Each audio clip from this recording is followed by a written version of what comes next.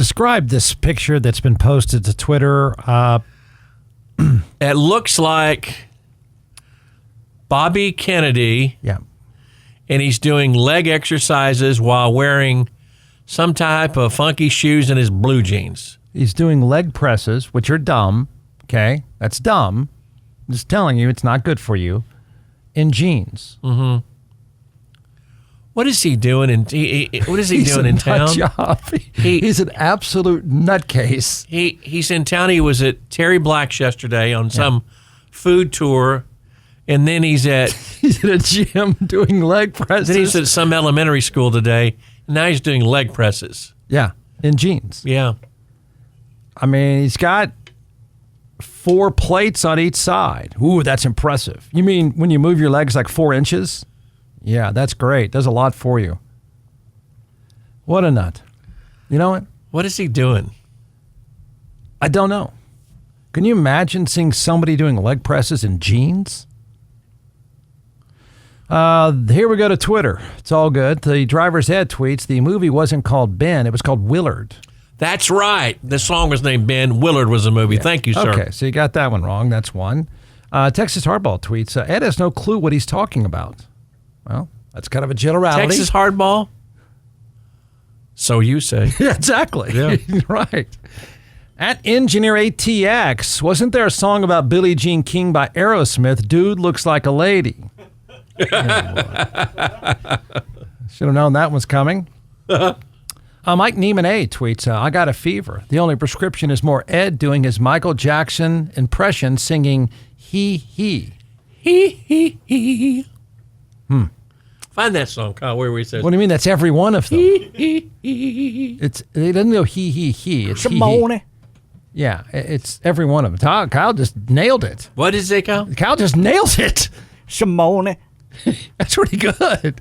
Nobody knows what that means either. You know it? Like, what is that? This photograph tweets, as a longtime Spurs fan, I would love to see Wemby stay, but I understand that he has a huge endorsement potential in the future. San Antonio would have to give him HEB and Frostbank. Like the Austin Roots wanted to sign Messi, they'd have to give him UT. They'd have to give him HEB, Frostbank, Senor Frogs on the Riverwalk, the Alamo with the snow globes, Snake Farm, and 30% of Caterpillar. And he still might not stay. At Alan Travels and Eats, not only does that song suck, it was Stevie Wonder. Yeah, Ebony and Ivory was Stevie Wonder and... It was? Yeah. Well, are you sure? Yeah. Yeah. You didn't catch that before the tweet, so we were both in the dark about that. I forgot. It was Stevie Wonder and Paul McCartney. Yeah. Say is Michael Jackson and Paul McCartney, which is horrible. I mean, you really can't get worse than that, except Ebony and Ivory. I think you're wrong. I think you have no sense of, collaborative music. Collaborative music. Wow. At ATXRC Addicts tweets, why does no one ever talk about the Bo Jackson draft and how he sat out? Well, that was interesting. Yeah, he had the baseball option too. Yeah, he took the baseball option. Remember, it was the Tampa Bay Buccaneers, I believe, drafted Bo Jackson. I think I'm right about that. But Bo Jackson had a major league deal already in place with the Royals. Did he start with the Royals, or did he stay with the Royals the whole time? He was drafted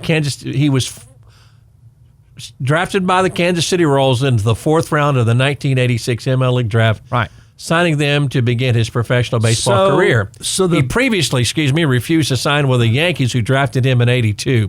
Okay. He later played for the White Sox and the California Angels. Yeah, but he was drafted by the Buccaneers, if I'm not mistaken. Tampa Bay? Yeah. Okay, I need to look it up. Look up the NFL draft. So what he did was sort of the same thing that John Elway did, and that is he went off, and I don't believe he even played for a year. I'm not even sure the Bucs traded away his option. Tampa Bay drafted Bo, 86 NFL draft, famously refused to sign with the Buccaneers due to a contract dispute and a ruined visit opting to play baseball instead. He was later drafted by the Los Angeles Raiders in the '87 draft. Yeah, so he went back had in him for a year. Yeah, that's what I'm saying. Is this is now your option? If these guys, well, John Elway didn't do that. He didn't go play for a year. The Colts just backed off and said, okay, somebody else can have him. And the same thing with Eli was going to go to San Diego, but he didn't have the baseball option. No baseball option. So Bo Jackson went away, didn't play football. Remember, he was playing with the Raiders. He played half the games. He didn't play full seasons, and he averaged almost 6 yards a carry. Bo Jackson would have been the best running back ever to play. Fight me. Had he played full seasons, he was already averaging almost 6 yards a carry, and he would play half the season. Well, that hip injury was just devastating to him. He was ruined. But he would have been, had he played consistently, would have been the best running back ever. I'm going to just keep saying. He's Derrick Henry. He's who else? He's a combination of Derrick Henry meets part Derrick, part Earl. Part Earl, yeah, it's good. With the speed, the burst he had. Part Eric Dickerson, but then nobody's ever been faster. He would have been the fastest running back ever to play. He wasn't Barry Sanders, No, it wasn't. Right. It was more Eric Dickerson. Like Dickerson would glide to the right or left and then cut and go by everyone. There's not a faster running back to ever touch the ball. And you tackled him. Yeah. Tackled by Ward. Unassisted. Tackled by Ward. But, I mean, say you're drafted by the Jets. Say you're Arch Manning. It doesn't matter who you are. And you think, oh, hell, no way. Not going to do it to me. What's he going to do? What's he going to do? Yeah. I mean, if he was Major League Baseball, but people don't talk about Ricky Williams was playing minor league baseball. When he came to Texas, yeah. But for someone like Arch Manning, you're either going to have to scare them out of picking you. Or you've got to have to work with another team to make a deal that they can't refuse. That the Jets, you work with another team who wants Arch just as desperately as the Jets do and say, okay, let's work on this here. Here's a deal. Yeah. But that stuff's going to have to happen leading up to the draft. Did Bo Jackson, as a guy who pulled Nolan Ryan out of the pile up after the Ventura episode? I don't know about that. I don't remember that. Let me tell you something. Yeah. If Bo Jackson wanted to fight you, you would lose. Badly. Run, Forrest, run. No, don't run. He's going to run you down. You will lose that fight. Have you never seen the video of him snapping bats? Oh, yeah. The dude is a ripped 240. Or catching the ball barehanded and throwing it in. He climbed the outfield wall.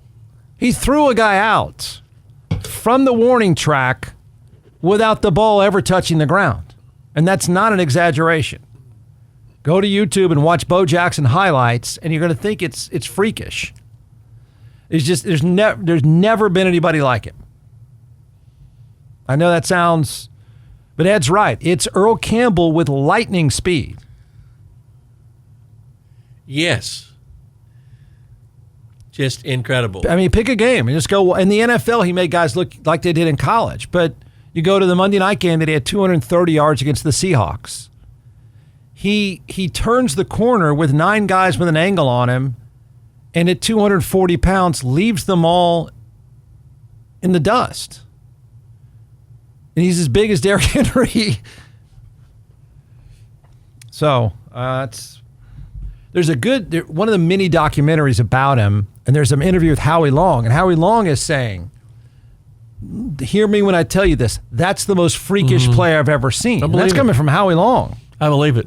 But back to next year's draft, if he gets drafted first, it could be Dante Moore from Oregon, but that's going to be problematic because it is really devastating if you go to Cleveland, the Jets. I wouldn't say Miami as much as Cleveland or the Jets. You just don't want to be drafted by those teams. Yeah. Well, your first 4 years are awful. Mm-hmm. You're awful. Unless Woody Johnson sells a team or unless Woody Johnson does something different because they've been in a malaise a long time. Name good Jets quarterbacks. Go.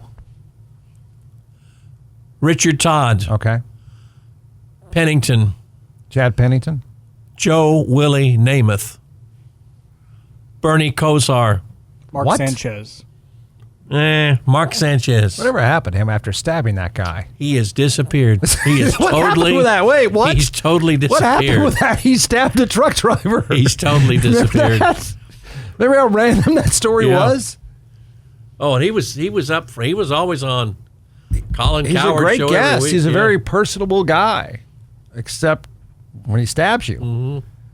So that's 3 pretty mediocre quarterbacks. One great, Joe Willie Namath was great. Okay. You don't remember Richard him. Todd. No, Richard Todd He wasn't was okay. bad. Chad Pennington was okay. Okay. Bernie Kosar was times. Bernie Kosar did not play for them. Oh, he did sometime. No, he did not. He didn't? No, he played for Dallas actually at one time.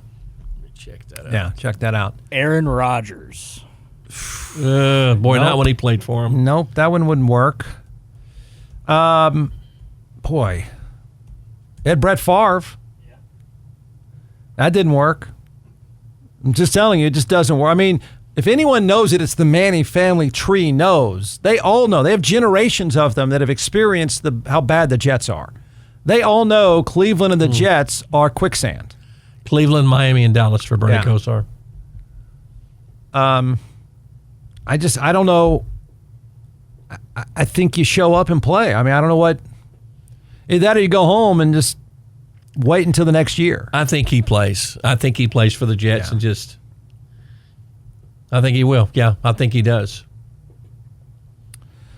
TRNICH73 tweets, Bo bailed on Tampa Bay because they cost him his baseball eligibility on Right, purpose taking by the sending Jets. a private jet. Yeah, the last. Explain that one. I don't. He broke rules and he couldn't play the last season for Auburn because they. Oh, okay, yeah. for Auburn. Yeah. That makes sense.